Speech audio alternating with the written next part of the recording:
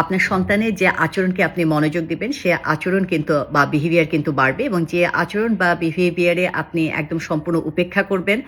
সে আচরণ কিন্তু আস্তে, আস্তে কমে আসবে। অর্থাৎ হলো আপনার বাচ্চা যদি দেখা যায় যে অতিরিক্ত দুষ্টামি করছে, আপনার অতিরিক্ত মনোযোগ এটা কিন্তু বাড়িয়ে দিতে পারে। এই মনোযোগ আপনি দিতে পারেন তাকে বকা লাগানোর মাধ্যমে, তার ডিমান্ড ফুলফিল করার মাধ্যমে অথবা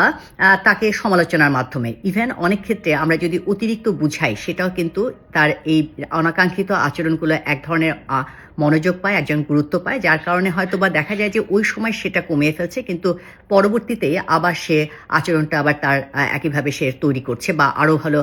বাড়তি অবস্থায় তার করছে। কাজেই আপনি যে আচরণটা চাচ্ছেন না, সে আচরণটা আপনি তাকে সমালোচনা করা বা তাকে বকা লাগানো বা তার ডিমান্ড ফুলফিল করা, এমনকি বোঝানো থেকে বিরত থেকে 100% একদম উপেক্ষা করুন। অর্থাৎ আপনি তাকাবেন না, এটা নিয়ে কোনো কিছু বলবেন না, এটা নিয়ে একদমই হলো কোনো সমালোচনাও করবেন না,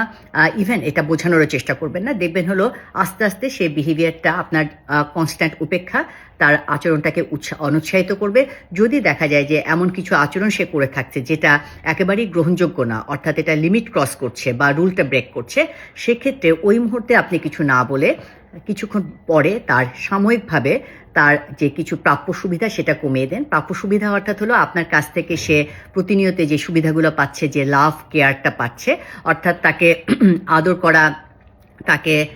মানে বাড়তি কোনো একটু মনোযোগ দেওয়া, তার সাথে তার যে বিশেষ অন্যান্য যে সুবিধাগুলো আছে সেটা যত্ন করা, বাড়তি যত্ন যেটা, সেটা সাময়িকভাবে কমে